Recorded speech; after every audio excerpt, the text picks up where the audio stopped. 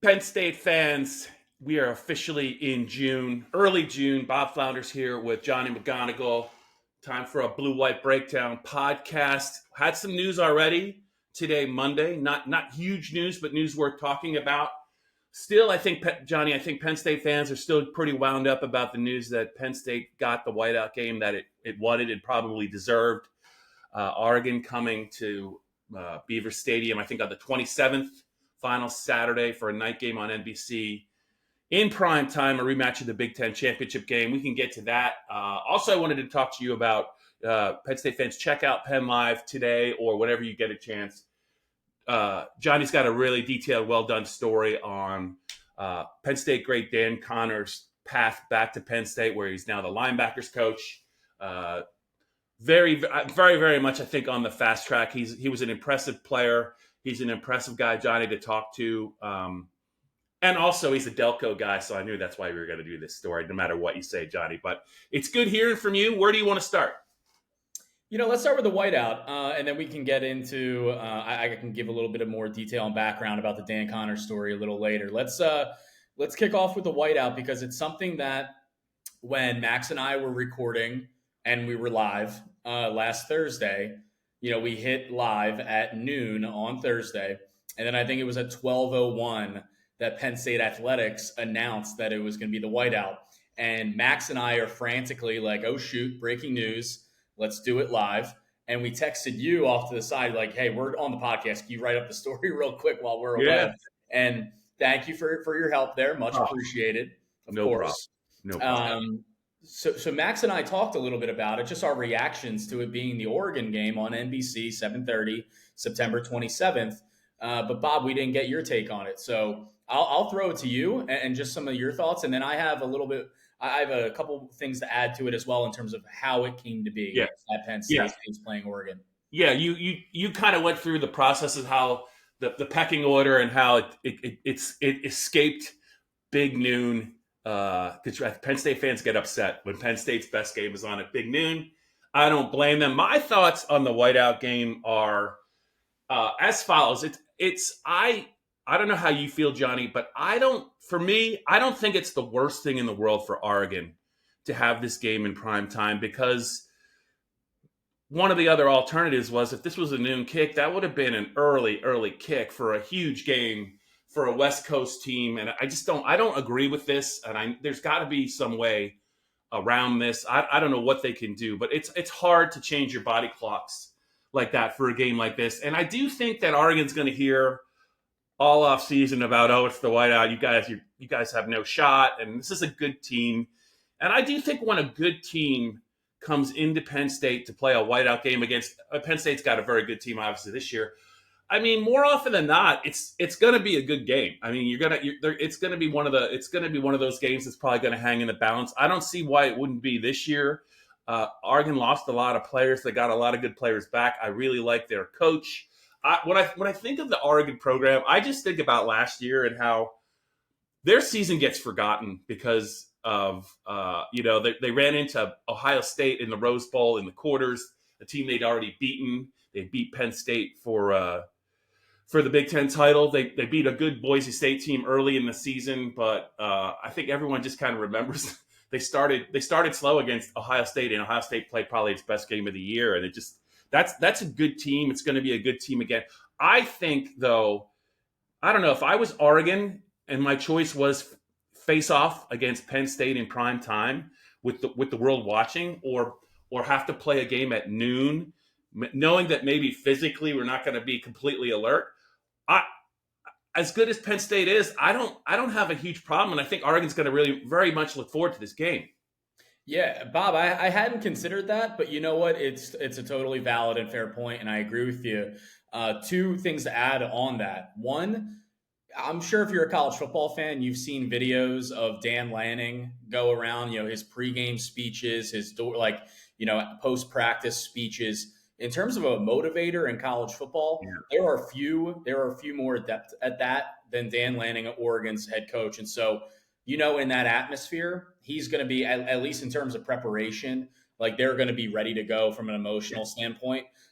He is a damn good coach, and that's not something that can be overlooked. Like you mentioned, they lost a lot of guys to the NFL. They're going to have a new quarterback, happens to be a 5-star and not more, so that helps. They're going to be replacing a lot of guys on this team, but I mean, they did great work in the portal. They've done a great job developing over the last few years. And wouldn't doubt, I mean, they're a preseason top 10 team. So that's going to be one of the games of the year. The other thing to consider in terms of the travel aspect of this, so Oregon does not have a bye week before the game, and they play Oregon State. They play them at home, and Oregon State is, it's not your Jaquiz Rogers days Oregon State. But that's still a rivalry game for them. And, emotions will be high in that game regardless of the level of competition there from the Beavers. So coming off that game, like you said, if it was a noon start, if it was a big noon kickoff on Fox, in terms of the preparation, it might have been a little bit more difficult on the Ducks. And now they get a night game. They get a little bit more time to rest, recover, get to State College and be ready for this game. So, yeah, an interesting point you brought up and one I agree with. Yeah, and also Penn State does have a bye, right? Penn State will be rested and ready coming off that threatening non-conference schedule that precedes the Oregon game, FIU, Nevada, and Villanova. But no, they'll have the bye week. It's set up their schedule's set up about as well as it can be, given the fact that they do have to play at Ohio State. But I believe there's another bye week ahead of that one, but still. I mean, it's just every once in a while you're going to have to go on the road and win a big game in the regular season. And if Penn State wants to get where they need to be, they don't have to beat Ohio State in Columbus. But I do think this is a team that absolutely matches up great with an Ohio State team that's coming off a lot of significant losses. We don't have to go into James Franklin's record at this time, but it will get brought up, I think, as we get closer to kickoff. But yeah, Penn State's got a bye before the Oregon game, before the Ohio State game. And with the team they have coming back, I mean, the schedule does set up awfully well. I think, though, that this is a game that I think the Penn State fan base is really it's as far as atmospheres go, because a lot of the recent either the whiteouts or Ohio State coming in at noon to play, they haven't really had, I think, a game quite like this in prime time with a team like this coming back at Penn State. So I just think, I think Oregon's going to enjoy the atmosphere, but it's probably in their best interest to start fast. Yeah, no, it's one of those that Penn State fans, understandably and rightfully so, are really excited about, because the last 3 years, those 2 Ohio State games at home and the Michigan game sandwiched in between, both of those were big noon, all 3 of those were big noon kickoffs. And so Penn State had to pivot in terms of their whiteout game. With Washington last year, you had Iowa the year before, Minnesota the year before that. The margin of victory in those 3 games combined were pretty favorable in Penn State's favor. They were all blowouts for the most part. I think Iowa was 31-0 last year. They took care of Washington pretty handily, and it was 45-17 against Minnesota a few years back. But, you look at the way this kind of fell for Penn State, for it to be a whiteout, for the Oregon game to be a whiteout. Everyone kind of knows, like it's pretty well known around, at least, covering the Big Ten, how Fox's contract is set up with the Big Ten, that they have a draft. The 3 television partners with the Big Ten, Fox, CBS, NBC, every offseason when the schedule comes out, they do a draft. And in terms of, they pick the weekends that they want, and then they go ahead and they obviously pick the weekends around the marquee game that they ultimately want to feature. Fox always has the first 3 picks. And then, Scott Docterman from The Athletic reported that it alternates in terms of the number 4 overall pick every year between CBS and NBC. This year was NBC with the number 4 pick. And so it lands on NBC. Well, how did that happen? So it was the 4th pick in this draft.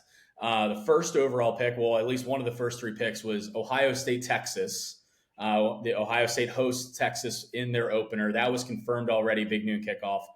Fox always has Ohio State, Michigan on the docket as a noon game. Yep. So then there's a 3rd that's floating out there right now that hasn't been identified yet. But I don't know, Bob. I think both me and you could, we could put our money safely on it being Penn State's trip at Ohio State on November 1st, being big noon kickoff.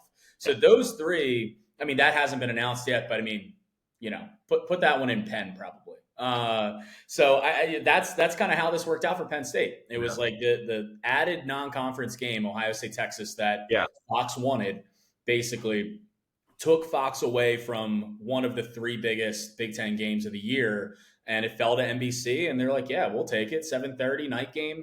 NBC is also broadcasting the Ryder Cup that weekend. They've got Packers Cowboys on Sunday Night Football. So they've got a great package of sports for that weekend that they can sell and advertise. I'm sure we'll be seeing plenty of it leading up in through September. Ryder Cup, always exciting. Johnny, I know you're going to have some money on that. Where is it this year? Do you know? It's at Bethpage Black up in New York. Yeah. Oh boy, that's going to be something. I cannot wait. All right, Johnny, let's move it along here. Let's go to. I wanted to get to your, because it's pretty fresh. Both news items are pretty fresh, but your story on Dan Connor, Penn State's. He's the linebackers coach. He's been at Penn State for the last couple of years, previously as a defensive analyst, but his role is growing and growing. He was pretty much the de facto, I think, linebackers coach in a lot of ways. Last year, he had one of the key roles on the Penn State defense last year when Tom Allen bumped up to the coaching booth from being on the field. I think after 2 games, after the Bowling Green game, Dan was in communication with him, getting the plays into Kobe or whoever was, if Kobe wasn't on the field, he was kind of communicating quickly. And he obviously did a very good job at that. But Dan Connor is on the short list of Penn State great linebackers, and there's been so many of them. He is right up there. He's the program's all-time leading tackler, Pennsylvania prep kid, standout, played early, played well, played at the same time or right around the same time. He shaved some time, I think, with Paul Posluszny and also Sean Lee, but he had some memorable games. He's a heck of a player, had a pretty nice career in the NFL. He was a Dallas Cowboy, but he was drafted by the Panthers. His career probably would have lasted longer, but he had a couple of injuries that really kind of limited what he could do late in his NFL career. But one of the most impressive things I think about Dan Connor is the mindset. And he was, he had to pay his dues to get to Penn State, and he did it. He didn't do it the easy way. If you look at his resume, the stops he was at prior to Penn State, they were not. One of them was a high school stop. He was at some colleges that were not very big, but it shows his commitment, and his focus to getting to be a linebackers coach. And if he wants to be, I'm sure down the line he could be one heck of a defensive coordinator. And we'll just see what the future has in store for him. But he's only 39. But I just think, as much as his value to Penn State as a player and now as a coach, it's also, I think his path to get to Penn State is also quite impressive.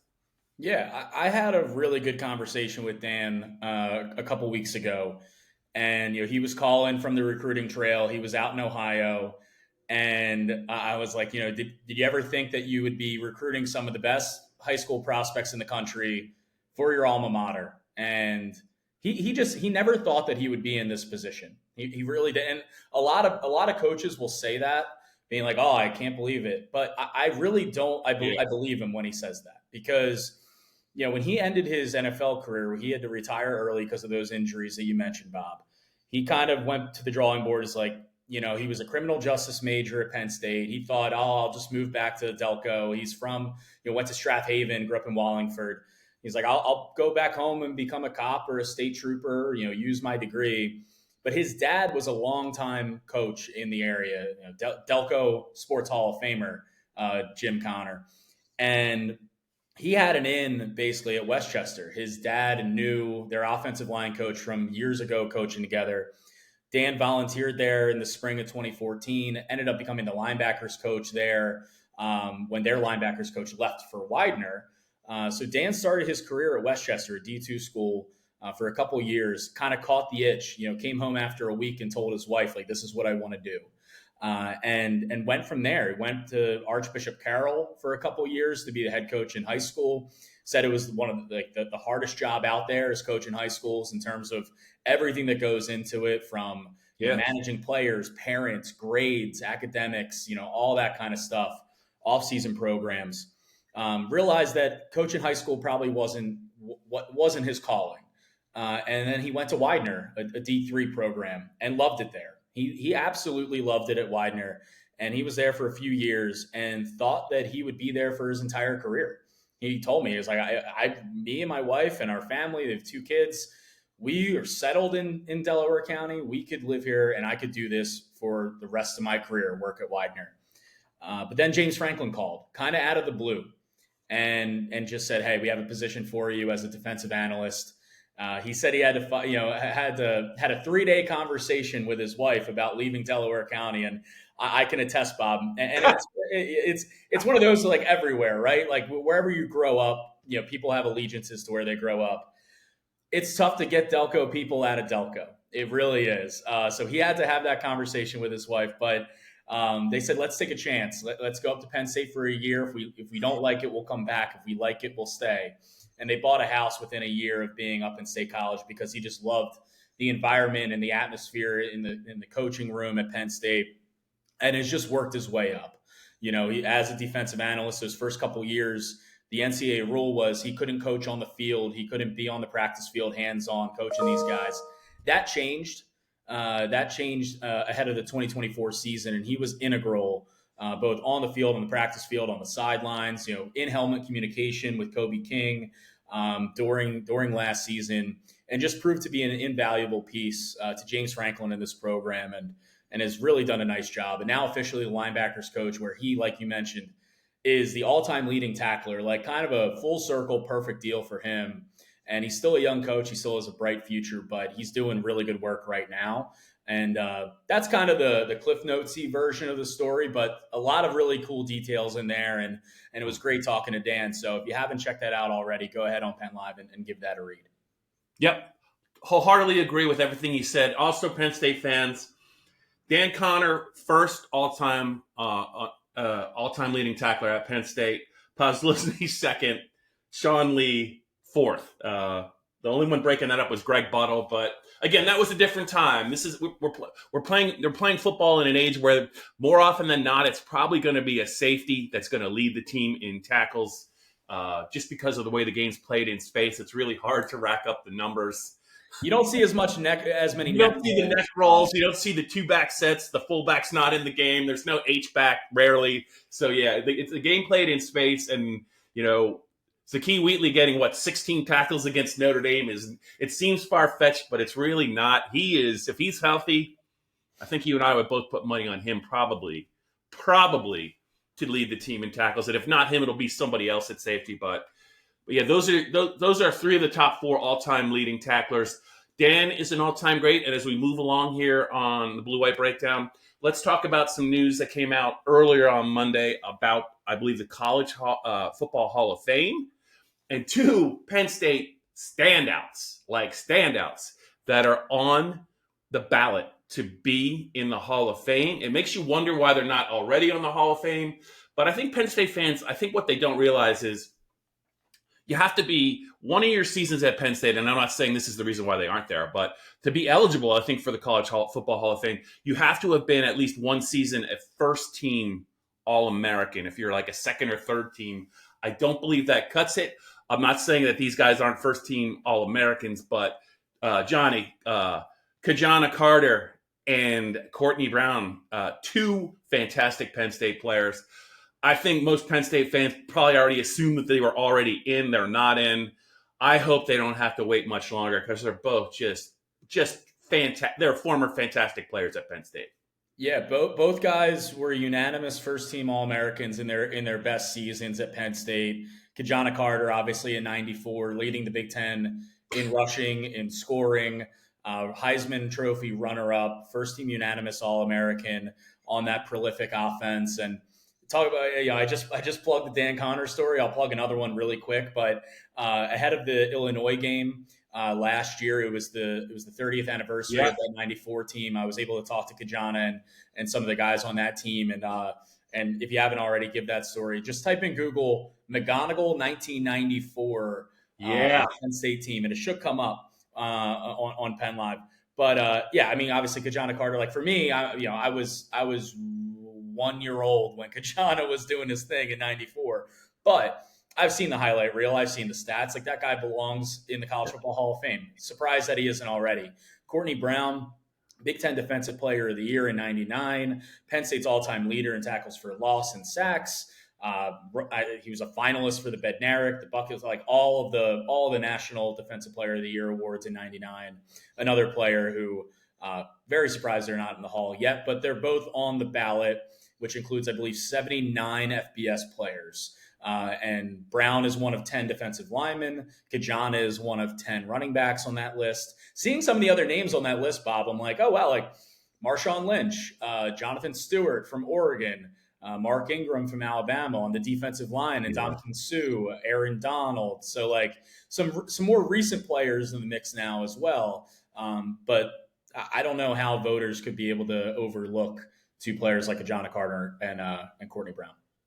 Yeah, I would think, and I didn't get to cover him, but Courtney Brown played on the same team that LeVar did, and LeVar was just a guy that was a human highlight reel. They went 1-2 in the 2000 NFL draft. Courtney went to the Browns. LeVar went number 2 to then Washington Redskins, not the Commanders. Courtney Brown, you said it, 70 career tackles for loss. He had 6 tackles for loss in one game. He had 29 in one season, the 1999 season. Like I said, it was a little bit of a different game. It was a little bit easier. There weren't a lot of 3-step drops going on in the passing game. It was more of a 12 or 13-step drop, and Courtney Brown usually beat the quarterback back into the 7-step drop. But I think he is maybe, I would make the argument, and I probably get voted down, I'm not sure there's a more overlooked player in Penn State history in terms of an all-time great. His season kind of gets a little bit, his career kind of gets lost in the shuffle. He wasn't a big talker, he's not going to make the all-interview team, quiet guy. And he was another guy. He and Ki-Jana, they're kind of linked together, Johnny, for another reason. They both suffered significant severe knee injuries very early in their NFL careers. And you wonder at the next level about what might have been if those guys had stayed healthy, because neither one was quite the same after those injuries. But man, when they were at their best in State College, in Penn State, Ki-Jana's last season, Courtney Brown's 1999 season, they're right up there with individual all-time seasons in Penn State history. Absolutely. Yeah, I mean, just as a note too, Penn State has 21 players in the College Football Hall of Fame. I believe 5 coaches with connections to Penn State. Obviously, Joe Paterno being one of those. Rip Engel as well. The players you talk about, LeVar is in there. The list is lengthy. Paul Posluszny being the most recent inductee in 2024, but would be surprised if Courtney Brown and Ki-Jana Carter don't end up in that group, and maybe even Dan Connor and Sean Lee one day. You talk about the linebackers there. So, yes, Penn State obviously with a lot of greats, and those two definitely a couple of them. All right, we're winding down here on the Blue White Breakdown. Johnny, before I let you go, I think you have a pretty interesting, is it Wednesday or Thursday, shaping up in State College? It will be, I believe, James Franklin and most or all of his assistants are going to be available up there for some interviews. It's probably going to be the last chance to talk to these guys, probably until either Big Ten Media Day or Penn State Media Day, because they're going to scatter after this. But there's a lot of interesting assistant coaches, like we've talked about in the past. Like I can't imagine there's many better top to bottom coaching staffs than Penn State's. When you talk about not just the coordinators, but the longtime assistants that have been with him at Penn State. It's an impressive staff. They're all very interesting in their own right. I'm pretty sure Kotelnicki and Jim Knowles are going to be popular targets. You've already spoke to Dan Connor, so I'll be curious to see where you're heading. Yeah. Max and I will be up there, and we'll be splitting duties on that. You got some PTO coming up, right, Bob? You got to take that time and enjoy it. Johnny, as much as I'd love to spend at State College all day with you and Max, it's going to be tough for me, but I'm going to find something else to do for the next few days this week and next week. But yeah, it is. I do really enjoy when we talk. I'm joking, but those guys are really interesting. A lot of those guys are very interesting and different temperaments to talk to. Jim Knowles will be popular just because he hasn't been there that long. But I've been covering Penn State since '02. Andy Kotelnicki as an interview or as a quote, it doesn't get much more impressive than that. I always enjoy talking to Phil Troutwine, especially because of what he's been able to do with the offensive line the last couple of years. You've already talked to Dan. Terry Smith's pretty fascinating guy to talk to. Anthony Poindexter, the safeties coach, what he's done in the safety room the last couple of years. But I also have a funny feeling that maybe a guy that's probably going to be, I think you've already talked to him. You talked to him in spring. But Marcus Higgins, I'm pretty sure he's going to be a popular guy just because of who he's working with this year and how big of a deal it's going to be for Penn State's wideouts to contribute in a larger way this year. Absolutely. Yeah. Something that Max and I will be keeping in mind, and I'm sure everyone else there will be keeping in mind, is this is the first time we're talking to the Penn State's assistant coaches since the spring portal additions have become official and a part of the program. So Trebor Pena, the wide receiver from Syracuse, Samari Campbell, the linebacker from North Carolina, both officially within the program. So that'll be something to ask Marcus Higgins and Andy Kotelnicki about with Trebor. And then, of course, with Amari, talking to Jim Knowles and Dan Connor, see how they fit in. A programming note on this, too, in terms of the blue-white breakdown. Max and I will typically, not like every week now for God knows how long at this point. We've been going live on Thursdays at noon. Well, we're going to be talking to the coaches on Thursday at noon. So it's going to be hard to do a live podcast and interviewing these coaches. So there's going to be a change there. Whether that's, Max and I do a long post interview video that we post up here on the YouTube and on the podcast channels, or we record something earlier or later in the week. Not 100% sure yet, but just kind of stay tuned on that. Or the normal noon Thursday podcast will be moved this week. All right. Well, I am, even though I won't be up there, I am expecting a spectacular video, a Max and Johnny video up there. It sounds like hopefully the rain has gotten the godforsaken rain that has plagued Pennsylvania for most of April and May. It'll be nice, and it'll be maybe a late 70s, early 80s day up there. Johnny, you could maybe even hang up. I mean, you could probably even hang out up there and get some golf in if you get all your work done. I'm just saying that's just an idea. I don't know if you're going to do it, but it should be a very productive day, and I think Penn State fans will be on the lookout to hear from you and Max about what you were able to learn when you talk to Penn State's coaching staff. Very much looking forward to it, Bob. Looking forward to it. And in the meantime, if you haven't read the Dan Connor story, like I said, it was a really good conversation with him, put in some good work with him. And so check that out if you haven't already, but we got plenty more coming. I also, just a plug for later in the week, I was able to speak to LaSalle College High School coach Brett Gordon, who, of course, coaches Joey O'Brien, arguably the number one recruit in the state in the 2026 recruiting class. And his teammate, Grayson McKeough, is a 4-star offensive tackle in the 26 class. Penn State, heavy on both those guys, two of their biggest targets left in the 2026 class. And I was able to talk to their head coach just about what kind of players they are, where they're at in their process right now. And those stories will be coming out Tuesday and Wednesday. So keep that in mind as well.